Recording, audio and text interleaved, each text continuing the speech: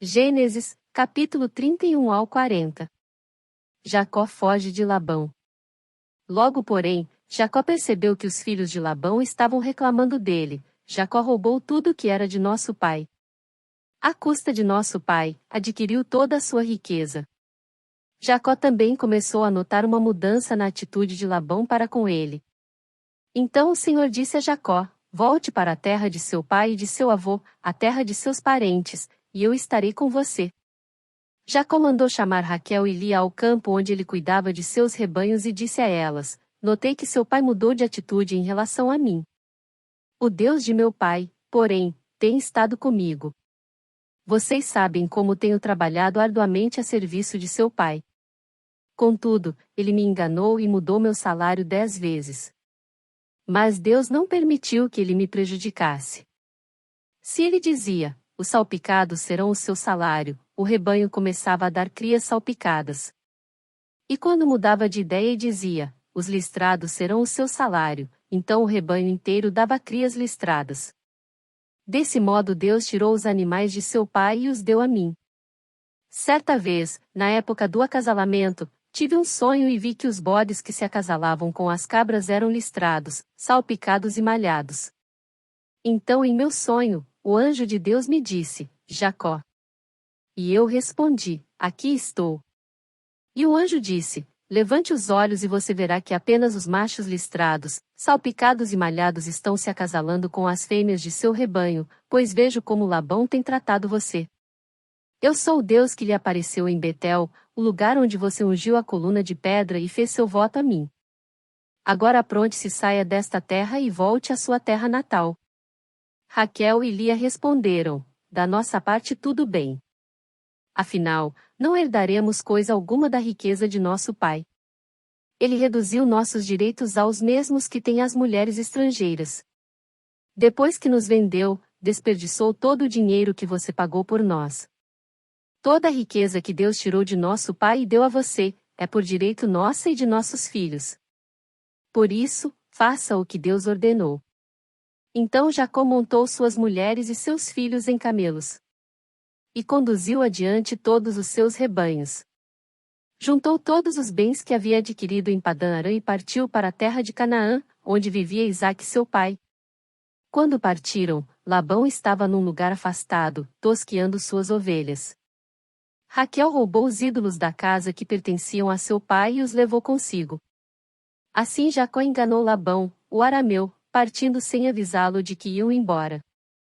Jacó levou todos os seus bens e atravessou o rio Eufrates, rumo à região montanhosa de Gileade. Conflito entre Labão e Jacó. 3 dias depois, Labão foi informado de que Jacó havia fugido. Reuniu um grupo de parentes e saiu em perseguição a Jacó. 7 dias depois o alcançou, na região montanhosa de Gileade. Na noite anterior, porém, Deus havia aparecido em sonho a Labão, o arameu, e dito a ele: estou avisando, deixe Jacó em paz. Labão o alcançou enquanto Jacó estava acampado na região montanhosa de Gileade e armou seu acampamento ali perto. O que você fez? Perguntou Labão. Como ousou me enganar e levar minhas filhas embora, como se fossem prisioneiras de guerra? Por que fugiu em segredo? Por que me enganou? E por que não avisou que desejava partir? Eu lhe teria dado uma festa de despedida, com canções e música, ao som de tamborins e harpas. Por que não me deixou beijar minhas filhas e meus netos e me despedir deles? Você agiu de forma extremamente tola. Eu poderia destruí-lo, mas o Deus de seu pai me apareceu ontem à noite e me advertiu: deixe Jacó em paz. Entendo sua vontade de partir e seu desejo de voltar à casa de seu pai. Mas por que roubou meus deuses? Jacó respondeu: fugi porque tive medo. Pensei que o Senhor tiraria suas filhas de minha força. Quanto a seus deuses, veja se consegue encontrá-los, e quem os tiver roubado deve morrer. Se encontrar qualquer outra coisa que lhe pertença, identifique-a diante de todos estes nossos parentes, e eu a devolverei. Jacó, porém, não sabia que Raquel havia roubado os ídolos da casa. Labão foi procurar primeiro na tenda de Jacó e depois, nas tendas de Lia e das 2 servas, mas nada encontrou. Por fim entrou na tenda de Raquel. Acontece que Raquel havia pego os ídolos da casa e os escondido na sela do seu camelo, e estava sentada em cima deles. Quando Labão terminou de vasculhar toda a sua tenda sem encontrar os ídolos, Raquel disse ao pai: Por favor, perdoe-me por não me levantar para o Senhor, mas estou em meu período menstrual. Labão continuou a busca, mas não encontrou os ídolos da casa. Jacó se enfureceu e discutiu com Labão. Qual foi o meu crime? Perguntou ele. O que fiz de errado para o Senhor me perseguir como se eu fosse um criminoso? O Senhor vasculhou todos os meus bens. Por acaso encontrou algum objeto que lhe pertença? Coloque-o aqui, diante de nossos parentes, para que todos vejam. Que eles julguem entre nós dois. Estive 20 anos com o Senhor, cuidando de seus rebanhos. Ao longo de todo esse tempo, suas ovelhas e cabras nunca abortaram. Não me servi de um carneiro sequer de seu rebanho para alimento. Quando algum deles era despedaçado por um animal selvagem, eu nunca lhe mostrava a carcaça. Não, eu mesmo arcava com o prejuízo. O Senhor me obrigava a pagar por todo animal roubado, quer à plena luz do dia, quer na escuridão da noite. Trabalhei para o Senhor em dias de calor escaldante e também em noites frias e insones. Sim, por 20 anos trabalhei feito um escravo em sua casa. Trabalhei 14 anos por suas 2 filhas e depois, mais 6 anos para formar meu rebanho. E 10 vezes o Senhor mudou meu salário. De fato, se o Deus de meu pai não estivesse comigo, o Deus de Abraão e o Deus temível de Isaque, o Senhor teria me mandado embora de mãos vazias. Mas Deus viu como fui maltratado, apesar de meu árduo trabalho. Por isso ele lhe apareceu na noite passada e o repreendeu. O acordo entre Labão e Jacó. Labão respondeu a Jacó: Essas mulheres são minhas filhas, as crianças são meus netos, e os rebanhos são meus rebanhos. Na verdade, tudo o que você vê é meu. Mas o que posso fazer agora por minhas filhas e pelos filhos delas? Façamos, portanto, você e eu, uma aliança que sirva de testemunho do nosso compromisso. Então Jacó pegou uma pedra e a colocou em pé como monumento. Em seguida disse aos membros de sua família: Juntem algumas pedras. Eles pegaram as pedras e as amontoaram. Jacó e Labão se sentaram perto do monte de pedras e fizeram uma refeição para selar a aliança. A fim de comemorar a ocasião, Labão chamou o lugar de Jegar-Saaduta, e Jacó o chamou de Galiede. Labão declarou: Este monte de pedras servirá de testemunha para nos lembrar da aliança que fizemos hoje. Isso explica por que o lugar foi chamado de Galiede.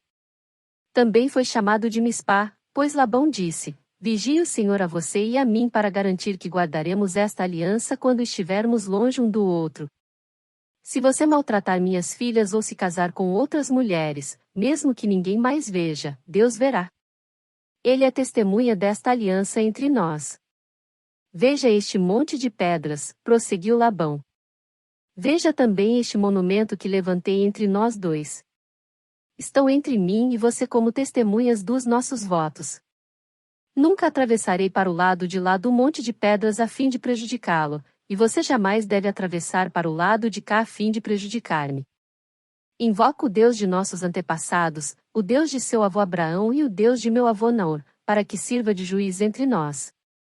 Assim, diante do Deus temível de seu pai Isaque, Jacó jurou respeitar a linha divisória. Então Jacó ofereceu sacrifício a Deus na montanha e convidou todos para a refeição comemorativa. Depois de comerem, passaram a noite ali. Na manhã seguinte Labão se levantou cedo, beijou seus netos e suas filhas e os abençoou. Depois, partiu e voltou para casa. Quando Jacó seguiu viagem, anjos de Deus vieram encontrar-se com ele. Ao vê-los, Jacó exclamou: Este é o acampamento de Deus. Por isso, chamou o lugar de Manaim. Jacó envia presentes a Esaú.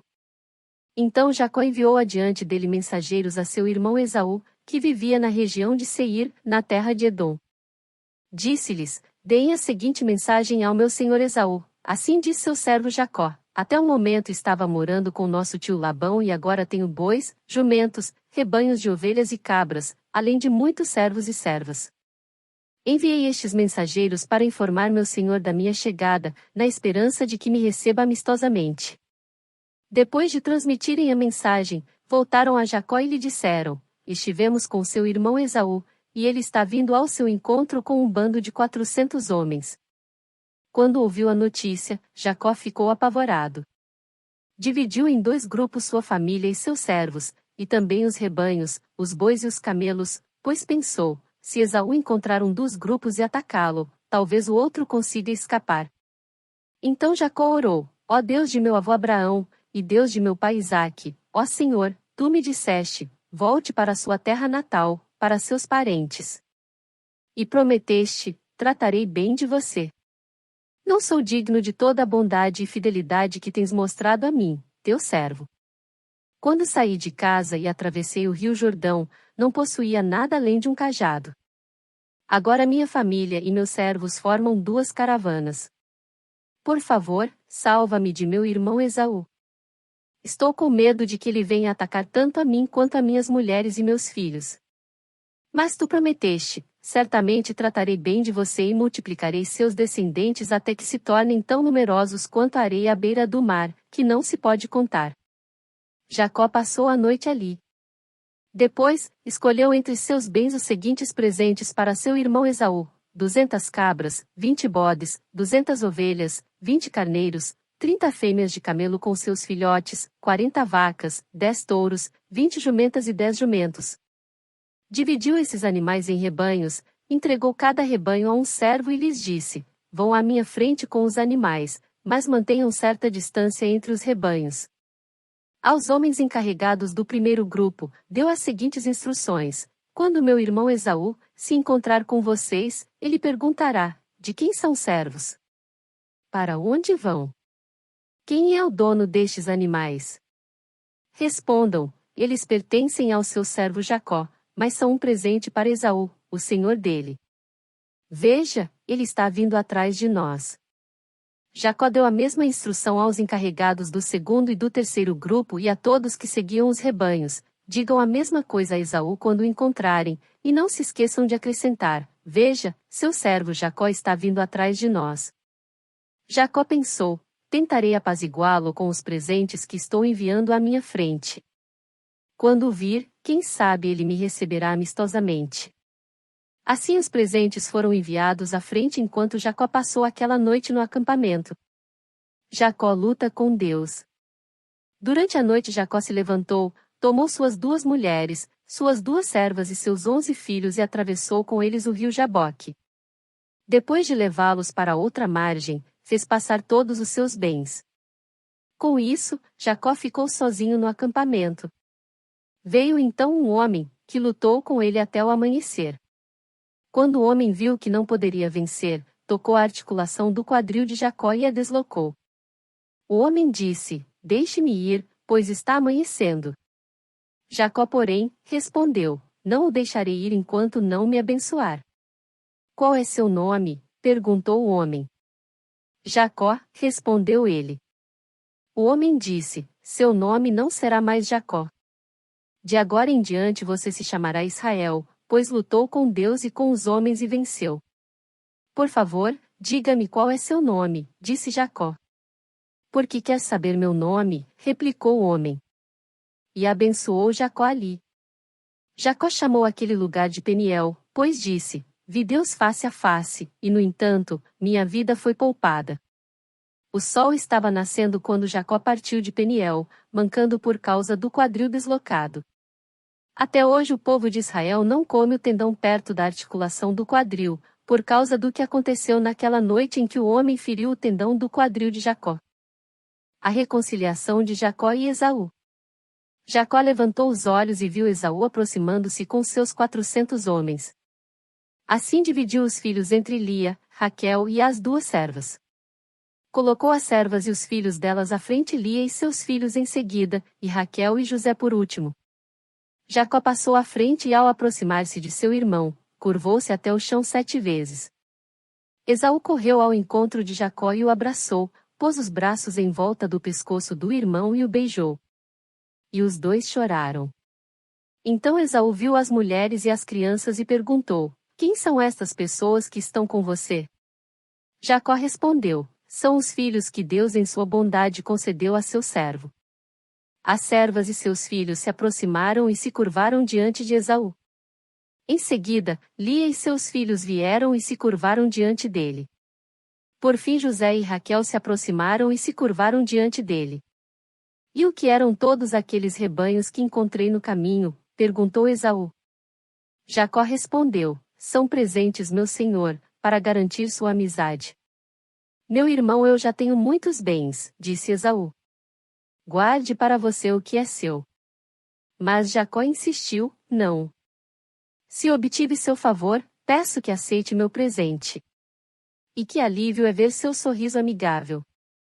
É como ver a face de Deus. Por favor, aceite o presente que eu lhe trouxe, pois Deus tem sido muito bondoso comigo. Tenho mais que suficiente. Diante da insistência de Jacó, Esaú acabou aceitando o presente. Então Esaú disse: Vamos andando. Eu o acompanharei. Jacó, porém, respondeu: Como meu senhor pode ver, algumas das crianças são bem pequenas, e os rebanhos também têm crias. Se os forçarmos demais, mesmo que por um dia, pode ser que os animais morram. Por favor, meu senhor, vá adiante do seu servo. Seguiremos mais devagar, em um ritmo que os rebanhos e as crianças possam acompanhar. Encontrarei com meu senhor em Seir. Está bem, disse Esaú. Mas pelo menos, permita-me deixar alguns dos meus homens para acompanhá-lo. Jacó respondeu: Não é necessário. Para mim, ter sido bem recebido por meu senhor já é o bastante. Esaú deu meia volta e regressou a Seir naquele mesmo dia.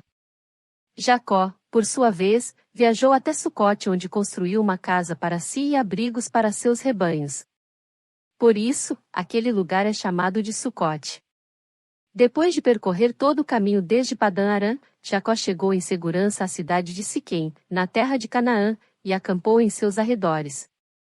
Jacó comprou da família de Amor, pai de Siquém, o terreno onde estava acampado, por 100 peças de prata. Ali construiu um altar e o chamou de Euelol-Israel. Vingança contra Siquém. Certa vez, Diná, filha de Jacó e Lia, saiu para visitar algumas moças que viviam na região. O príncipe daquela terra era Siquém, filho de Amor, o heveu. Quando ele viu Diná, a agarrou e a violentou, mas depois apaixonou-se por ela e tentou conquistar sua afeição com palavras carinhosas. Disse a seu pai Amor: Consiga-me essa moça, pois quero me casar com ela. Jacó logo soube que Siquém tinha violentado Diná, sua filha. Mas como seus filhos estavam no campo cuidando dos rebanhos, não disse nada até que eles voltassem. Amor, pai de Siquém, foi tratar da questão com Jacó. Nesse meio tempo, os filhos de Jacó voltaram do campo assim que souberam o que havia acontecido. Ficaram abalados e furiosos porque sua irmã havia sido violentada. Siquém tinha cometido um ato vergonhoso contra a família de Jacó, algo que jamais se deve fazer. Amor fez um pedido a Jacó e seus filhos: Meu filho Siquém se apaixonou por sua filha. Por favor, permitam que ele se case com ela. Aliás, podemos arranjar outros casamentos, vocês entregam suas filhas para nossos filhos, e nós entregamos nossas filhas para seus filhos. Vocês poderão viver em nosso meio, a terra está à sua disposição. Estabeleçam-se aqui e façam negócios conosco. Fiquem à vontade para comprar propriedades na região. Então o próprio Siquém falou ao pai e aos irmãos de Diná: Por favor, sejam bondosos comigo e deixem que eu me case com ela, implorou. Eu lhes darei o que me pedirem. Seja qual for o dote ou o presente que pedirem, eu o pagarei, por maior que seja, só peço que me entreguem a moça para ser minha mulher. Os filhos de Jacó responderam com falsidade a Siquém e a seu pai Amor, uma vez que Siquém tinha violado Diná, a irmã deles. Disseram: Não podemos permitir uma coisa dessas, pois você não é circuncidado. Seria uma vergonha para nossa irmã casar-se com um homem como você. Porém, temos uma solução. Se todos os homens do seu povo forem circuncidados como nós somos, entregaremos nossas filhas e nos casaremos com suas filhas. Viveremos entre vocês e nos tornaremos um só povo. Mas se não concordarem em ser circuncidados, tomaremos nossa irmã e iremos embora. Amor e seu filho Siquém aceitaram a proposta. Sem demora, Siquém fez o que tinham pedido, pois desejava ardentemente a filha de Jacó. Siquém era o mais respeitado dos membros de sua família e foi com seu pai Amor apresentar a proposta aos líderes que estavam à porta da cidade. Esses homens são nossos amigos, disseram eles. Devemos convidá-los para viver entre nós e negociar livremente conosco. Há bastante espaço para eles nesta terra. Podemos nos casar com as filhas deles, e eles, com as nossas. Mas eles só aceitarão ficar aqui e tornar-se um só povo conosco se todos os nossos homens forem circuncidados como eles são. Se o fizermos, todos os seus rebanhos e bens passarão com o tempo a ser nossos. Aceitemos a condição deles e deixemos que se estabeleçam entre nós. Todos os membros do conselho da cidade concordaram com Amor e Siquém, e todos os homens da cidade foram circuncidados. 3 dias depois, quando eles ainda sentiam dores, 2 filhos de Jacó, Simeão e Levi, irmãos de Diná por parte de pai e mãe, tomaram suas espadas e entraram na cidade sem encontrar resistência. Então, massacraram todos os homens de lá e mataram Amor e seu filho Siquém, ao fio da espada. Depois, tiraram Diná da casa de Siquém e voltaram para o acampamento. Enquanto isso, os outros filhos de Jacó chegaram à cidade. Vendo eles que todos os homens estavam mortos, saquearam a cidade pois sua irmã tinha sido violentada ali. Levaram as ovelhas, os bois e os jumentos, tudo que conseguiram encontrar dentro da cidade e nos campos. Tomaram todas as riquezas, saquearam as casas e levaram as crianças e mulheres como prisioneiras. Depois de tudo isso, Jacó disse a Simeão e a Levi: vocês arruinaram minha vida. Serei odiado por todos os povos desta terra, pelos cananeus e ferezeus. Somos tão poucos que eles se unirão e nos esmagarão. Eles me atacarão, e toda a minha família será exterminada. Mas eles responderam: por acaso deveríamos permitir que nossa irmã fosse tratada como prostituta? O retorno de Jacó a Betel. Deus disse a Jacó: apronte-se, mude-se para Betel e estabeleça-se ali. Ao chegar, construa um altar para o Deus que lhe apareceu quando você estava fugindo de seu irmão Esaú. Jacó disse à sua família e a todos que estavam com ele: joguem fora todos os seus ídolos pagãos, purifiquem-se e vistam roupas limpas. Vamos a Betel, onde construirei um altar para o Deus que respondeu às minhas orações quando eu estava angustiado. Ele tem estado comigo por onde ando. Então entregaram a Jacó todos os ídolos pagãos e as argolas que usavam nas orelhas, e ele os enterrou ao pé da grande árvore perto de Siquém. Quando partiram, o terror de Deus se espalhou de tal forma entre os moradores das cidades próximas que ninguém atacou a família de Jacó. Por fim, Jacó e todos que estavam com ele chegaram à Luz, também chamada Betel, em Canaã. Jacó construiu um altar ali e chamou o lugar de El-Betel, pois Deus lhe havia aparecido em Betel quando ele estava fugindo de seu irmão. Pouco tempo depois, Débora, a serva que havia amamentado Rebeca, morreu e foi sepultada ao pé do carvalho no vale perto de Betel. Desde então, a árvore é chamada de Alon-Bacute. Agora que Jacó havia regressado de Padã-Arã, Deus lhe apareceu outra vez em Betel e o abençoou. Seu nome é Jacó, mas você não se chamará mais Jacó. De agora em diante seu nome será Israel. Assim Deus deu a ele o nome de Israel. Deus também lhe disse: eu sou o Deus Todo-Poderoso. Seja fértil e multiplique-se. Você se tornará uma grande nação, até mesmo muitas nações. Haverá reis entre seus descendentes. Eu lhe darei a terra que dei a Abraão e Isaque. Sim, eu a darei a você e a seus descendentes. Em seguida, Deus se elevou do lugar onde havia falado a Jacó. Jacó levantou uma coluna de pedra para marcar o lugar onde Deus lhe havia falado. Depois derramou vinho sobre a coluna, como oferta a Deus, e a ungiu com azeite de oliva. Chamou o lugar de Betel, pois ali Deus lhe havia falado. A morte de Raquel e de Isaque. Depois que partiram de Betel, rumaram para Efrata. Raquel, porém, sentiu fortes dores e entrou em trabalho de parto quando ainda estavam a certa distância da cidade. As dores de parto aumentaram, e a parteira lhe disse: Não tenha medo. Você terá outro menino. Raquel estava quase morrendo, mas com seu último suspiro, chamou o menino de Benoni. O pai do bebê, no entanto, o chamou de Benjamim. Assim Raquel morreu e foi sepultada junto ao caminho para Efrata, ou seja, Belém. Sobre o túmulo de Raquel, Jacó levantou um monumento de pedra, que está lá até hoje. Então Jacó seguiu viagem e acampou além de Migdal-Éder.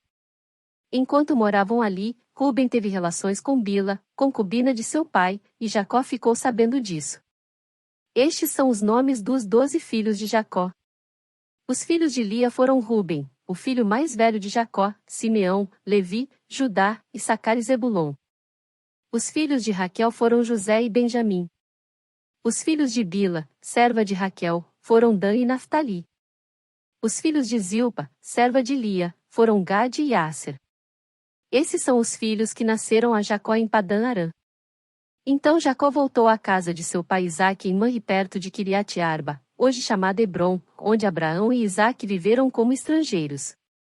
Isaque viveu 180 anos. Deu o último suspiro e ao morrer em boa velhice reuniu-se a seus antepassados. Seus filhos, Esaú e Jacó, o sepultaram. Os descendentes de Esaú. Este é o relato dos descendentes de Esaú, também chamado Edom.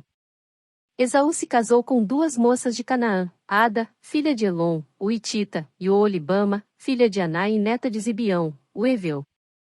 Também se casou com sua prima Basimate, que era filha de Ismael e irmã de Nebaiote. Ada deu à luz um filho chamado Elifaz. Basimate deu à luz um filho chamado Reuel. Oolibama deu à luz filhos chamados Jeus, Jalão e Corá. Todos esses filhos nasceram a Esaú na terra de Canaã. Esaú tomou suas mulheres, seus filhos e filhas e todos os de sua casa, além de seus rebanhos e o gado, toda a riqueza que havia adquirido na terra de Canaã, e se mudou para longe de seu irmão Jacó. Seus rebanhos e bens eram tantos que a terra onde moravam não era suficiente para sustentá-los. Portanto, Esaú, também chamado Edom, se estabeleceu na região montanhosa de Seir. Este é o relato dos descendentes de Esaú, os edomitas, que viviam na região montanhosa de Seir. Estes são os nomes dos filhos de Esaú: Elifaz, filho de Ada, mulher de Esaú, e Reuel, filho de Basimate, mulher de Esaú. Os descendentes de Elifaz foram Temã, Omar, Zefo, Gaetã e Quenais. Timna, concubina de Elifaz, filho de Esaú, deu à luz um filho chamado Amaleque. Esses são os descendentes de Ada, mulher de Esaú. Os descendentes de Reuel foram Naate, Zerá, Samá e Mizá. Esses são os descendentes de Basimate, mulher de Esaú. Esaú também teve filhos com Oolibama, filha de Aná, neta de Zibeão.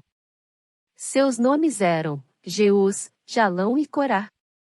Estes são os descendentes de Esaú que se tornaram chefes de vários clãs. Os descendentes de Elifaz, filho mais velho de Esaú, se tornaram chefes dos clãs de Temã, Omar, Zefo, Quenais, Corá, Gaetã e Amaleque. Esses são os chefes de clãs descendentes de Elifaz na terra de Edom. Todos eles foram descendentes de Ada, mulher de Esaú. Os descendentes de Reuel, filho de Esaú, se tornaram chefes dos clãs de Naate, Zairá, Samá e Mizá. Esses são os chefes dos clãs descendentes de Reuel na terra de Edom.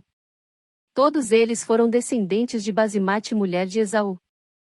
Os descendentes de Esaú e sua mulher Oolibama se tornaram os chefes dos clãs de Jeus, Jalão e Corá. Esses são os chefes dos clãs descendentes de Oolibama, mulher de Esaú, filha de Aná. Esses são os clãs que descenderam de Esaú, também chamado de Edom, cada um identificado pelo nome de seu chefe. Os habitantes originais de Edom. Estes são os nomes das tribos que descenderam de Seir, o Oreu, que habitavam na terra de Edom: Lotã, Sobal, Zibeão e Aná. Dezon, Ézer e Dizã. Estes são os chefes dos clãs Oreus, descendentes de Seir, que habitavam na terra de Edom. Os descendentes de Lotã foram Hori e Emã. A irmã de Lotã se chamava Timna. Os descendentes de Sobal foram Alvã, Manaate, Ebal, Cefo e Onã. Os descendentes de Zibeão foram Aiá e Aná. Foi este Aná que descobriu as fontes de águas quentes no deserto enquanto levava os jumentos de seu pai para pastar. Os descendentes de Aná foram seu filho Dizon e sua filha Olibama.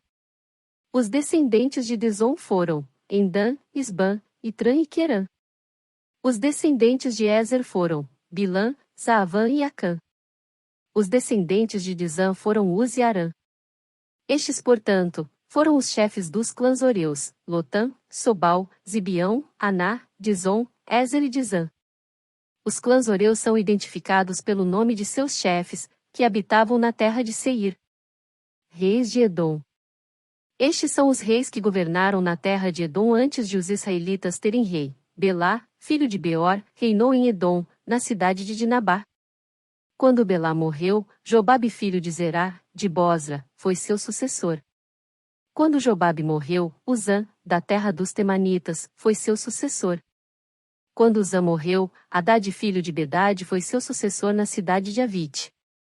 Foi Hadade quem derrotou os midianitas na terra de Moabe.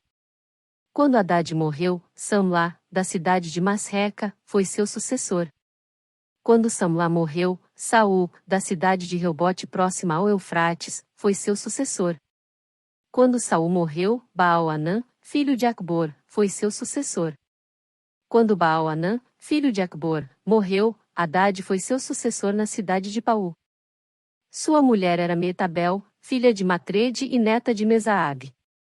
Estes são os nomes dos chefes dos clãs descendentes de Esaú, que habitavam nos lugares que têm seus nomes: Timna, Alvá, Getete, Olibama, Elá, Pinom, Kenais, Temã, Mibzar, Magdiel e Irã. Esses são os chefes dos clãs de Edom, relacionados de acordo com seus assentamentos na terra que ocupavam.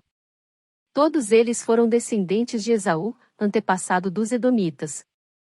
Os sonhos de José. Jacó passou a morar na terra de Canaã, onde seu pai tinha vivido como estrangeiro. Este é o relato de Jacó e sua família. Quando José tinha 17 anos, cuidava dos rebanhos de seu pai. Trabalhava com seus meios-irmãos, os filhos de Bila e Zilpa, mulheres de seu pai, e contava para seu pai algumas das coisas erradas que seus irmãos faziam. Jacó amava José mais que a qualquer outro de seus filhos, pois José havia nascido quando Jacó era idoso. Por isso, certo dia Jacó encomendou um presente especial para José, uma linda túnica. Os irmãos de José, por sua vez, o odiavam, pois o pai deles o amava mais que a todos os outros filhos. Não eram capazes de lhe dizer uma única palavra amigável. Certa noite José teve um sonho e quando contou a seus irmãos, eles o odiaram ainda mais. Ouçam este sonho que tive, disse ele. Estávamos no campo, amarrando feixes de trigo. De repente meu feixe se levantou e ficou em pé, e seus feixes se juntaram ao redor do meu e se curvaram diante dele. Seus irmãos responderam: Você imagina que será nosso rei? Pensa mesmo que nos governará? E o odiaram ainda mais por causa de seus sonhos e da maneira como os contava. Pouco tempo depois, José teve outro sonho e mais uma vez, contou a seus irmãos. Ouçam, tive outro sonho, disse ele. O sol, a lua e 11 estrelas se curvavam diante de mim. Dessa vez, contou o sonho não apenas aos irmãos, mas também ao pai, que o repreendeu dizendo: Que sonho é esse? Por acaso eu, sua mãe e seus irmãos viremos e nos curvaremos até o chão diante de você? Os irmãos de José ficaram com inveja dele, mas seu pai se perguntou qual seria o significado dos sonhos. José é vendido como escravo. Pouco depois, os irmãos de José levaram os rebanhos de seu pai para pastar junto de Siquém. Então Jacó disse a José: Seus irmãos estão cuidando das ovelhas em Siquém. Apronte-se e eu o enviarei até eles. Estou pronto para ir, respondeu José. Vá ver como estão seus irmãos e os rebanhos, disse Jacó. E traga-me notícias deles. Jacó enviou, e José viajou de sua casa no vale de Hebrom até Siquém. Quando José chegou a Siquém, um homem da região notou que ele andava perdido pelos campos. O que você está procurando? Perguntou o homem. Estou procurando meus irmãos, respondeu José. O senhor sabe onde eles estão cuidando dos rebanhos? O homem lhe disse: Sim, eles foram embora daqui, mas eu os ouvi dizer: Vamos a Dotã. Então José foi atrás de seus irmãos e os encontrou em Dotã. Quando os irmãos de José o viram, o reconheceram de longe. Antes que ele se aproximasse, planejaram uma forma de matá-lo. Lá vem o sonhador, disseram uns aos outros. Vamos matá-lo e jogá-lo numa dessas cisternas. Diremos a nosso pai: um animal selvagem o devorou. Então veremos o que será dos seus sonhos. Mas quando Rúben ouviu o plano, tratou de livrar José. Não o matemos, disse ele. Por que derramar sangue? Joguem-no nesta cisterna vazia aqui no deserto e não toquemos nele.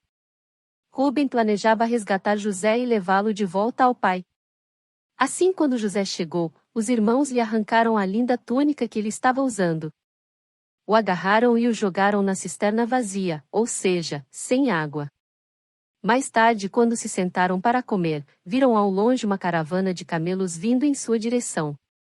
Era um grupo de negociantes ismaelitas, que transportavam especiarias, bálsamo e mirra de Gileade para o Egito. Judá disse a seus irmãos: O que ganharemos se matarmos nosso irmão e encobrirmos o crime?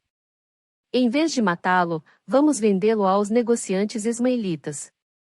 Afinal, ele é nosso irmão, sangue do nosso sangue. Seus irmãos concordaram. Então, quando os ismaelitas, que eram negociantes midianitas, se aproximaram, os irmãos de José o tiraram da cisterna e o venderam para eles por 20 peças de prata. E os negociantes o levaram para o Egito. Algum tempo depois, Rúben voltou para tirar José da cisterna. Quando descobriu que seu irmão não estava lá, rasgou as roupas. Voltou a seus irmãos e lamentou-se: O menino sumiu. E agora, o que farei? Então os irmãos mataram um bode e mergulharam a túnica de José no sangue do animal. Enviaram a linda túnica para o pai, com a seguinte mensagem: Veja o que encontramos. Não é a túnica de seu filho? O pai a reconheceu de imediato e disse: Sim, é a túnica de meu filho. Um animal selvagem o deve ter devorado. Com certeza José morreu despedaçado. Jacó rasgou suas roupas e vestiu-se de pano de saco. Por longo tempo, lamentou profundamente a morte do filho. A família toda tentou consolá-lo, mas ele se recusava. Descerei à sepultura lamentando a morte de meu filho, dizia, e continuou a lamentar-se. Enquanto isso, os negociantes midianitas chegaram ao Egito, onde venderam José a Potifar, oficial e capitão da guarda do faraó. Judá e Tamar. Por essa época, Judá saiu de casa e se mudou para Adulão, onde foi morar na casa de um homem chamado Irá. Ali Judá viu uma mulher cananita, filha de Suá, e se casou com ela.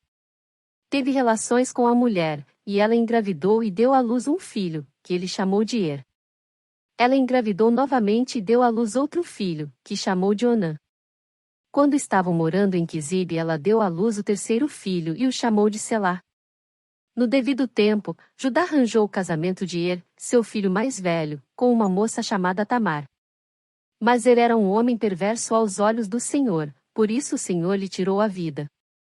Então Judá disse a Onã, irmão de Er: Case-se com Tamar, como é exigido para com a viúva do irmão. Você deve gerar um herdeiro para seu irmão. Onã, porém, não estava disposto a ter um filho que não seria seu herdeiro. Por isso, cada vez que tinha relações com a mulher de seu irmão, derramava o sêmen no chão. Desse modo, evitava que Tamar tivesse um filho que pertenceria ao irmão dele. O Senhor, porém, considerou maldade a sua atitude e por isso, também tirou a vida de Onã. Então Judá disse à sua nora Tamar: Volte para a casa de seus pais e permaneça viúva até que meu filho Selá tenha idade suficiente para se casar com você. Na verdade, Judá disse isso apenas porque temia que Selá também morresse como seus dois irmãos. Assim, Tamar voltou para a casa do pai. Alguns anos depois, a mulher de Judá morreu. Quando terminou o período de luto, Judá e seu amigo Irá, o Adulamita, subiram a Timna para supervisionar a tosquia das ovelhas de Judá. Alguém disse a Tamar: Seu sogro está subindo a Timna para tosquiar as ovelhas. Tamar sabia que Selá já era adulto, Mas nenhuma providência havia sido tomada para que ela se casasse com ele. Por isso, trocou suas roupas de viúva e para disfarçar-se cobriu-se com um véu. Depois, foi sentar-se junto à entrada da vila de Enaim, no caminho para Timna. Judá a viu e pensou que fosse uma prostituta, pois ela estava com o rosto coberto. Ele parou à beira da estrada e, sem saber que era sua própria nora, disse: "Quero me deitar com você." "Quanto você me pagará para deitar-se comigo?" perguntou Tamar. "Eu lhe mandarei um cabrito do meu rebanho", prometeu Judá. "Mas o que me dá como garantia de que mandará o cabrito?" perguntou ela. "Que tipo de garantia você quer?" replicou ele. Ela disse: "Deixe comigo seu selo pessoal, junto com o cordão dele e o cajado que você está segurando." Judá entregou os objetos. Depois, teve relações com Tamar, e ela engravidou. Em seguida, Tamar voltou para casa, tirou o véu e tornou a vestir as roupas de viúva, como de costume. Mais tarde Judá pediu que seu amigo Hirá, o adulamita, levasse o cabrito para a mulher e pegasse de volta as coisas que ele havia deixado como garantia. Hirá, porém, não conseguiu encontrá-la. Perguntou aos homens que moravam lá: "Onde posso encontrar a prostituta do templo que estava sentada junto à entrada de Enaim?" "Aqui nunca houve uma prostituta do templo", responderam eles. Então Hirá voltou para onde Judá estava e lhe disse: "Não consegui encontrá-la em lugar algum, e os homens da vila disseram que lá nunca houve uma prostituta do templo." "Que ela fique com as minhas coisas", disse Judá. "Mandei o cabrito como tínhamos combinado, mas você não a encontrou. Se voltássemos para procurá-la, o povo da vila zombaria de nós." Uns 3 meses depois, disseram a Judá: "Sua nora Tamar se comportou como prostituta e por isso está grávida." Judá ordenou: "Tragam-na para fora e queimem-na." Quando a estavam tirando de casa para matá-la, ela enviou a seguinte mensagem a seu sogro: "Estou grávida do homem que é dono destes objetos. Olhe com atenção. De quem são este selo, este cordão e este cajado?" Judá os reconheceu de imediato e disse: "Ela é mais justa que eu, pois não tomei as providências para que ela se casasse com meu filho Selá." E Judá nunca mais teve relações com Tamar. Quando chegou a época de Tamar dar à luz, descobriu que teria gêmeos. Durante o trabalho de parto, um dos bebês pôs a mão para fora. A parteira segurou a mão do bebê, amarrou um fio vermelho no pulso e anunciou: "Este saiu primeiro." O bebê, porém, recolheu a mão, e seu irmão saiu. Então a parteira disse: "Como você conseguiu sair primeiro?" Por isso, ele recebeu o nome de Pérez. Logo depois, o bebê com o fio vermelho no pulso nasceu e recebeu o nome de Zerá. José na casa de Potifar. Quando José foi levado para o Egito pelos negociantes ismaelitas, eles o venderam a Potifar, um oficial egípcio. Potifar era capitão da guarda do faraó, o rei do Egito. O Senhor estava com José, por isso ele era bem-sucedido em tudo o que fazia no serviço da casa de seu senhor egípcio. Potifar percebeu que o Senhor estava com José e lhe dava sucesso em tudo o que ele fazia. Satisfeito com isso, nomeou José seu assistente pessoal e o encarregou de toda a sua casa e de todos os seus bens. A partir do dia em que José foi encarregado de toda a casa e de todas as propriedades de Potifar, o Senhor começou a abençoar a casa do egípcio por causa de José. Tudo corria bem na casa, e as plantações e os animais prosperavam. Assim Potifar entregou tudo o que possuía aos cuidados de José e, tendo-o como administrador, não se preocupava com nada, exceto com o que iria comer. José era um rapaz muito bonito, de bela aparência, e logo a esposa de Potifar começou a olhar para ele com desejo. "Venha e deite-se comigo", ordenou ela. José recusou e disse: "Meu senhor me confiou todos os bens de sua casa e não precisa se preocupar com nada. Ninguém aqui tem mais autoridade que eu."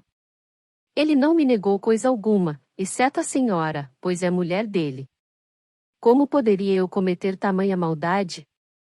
Estaria pecando contra Deus.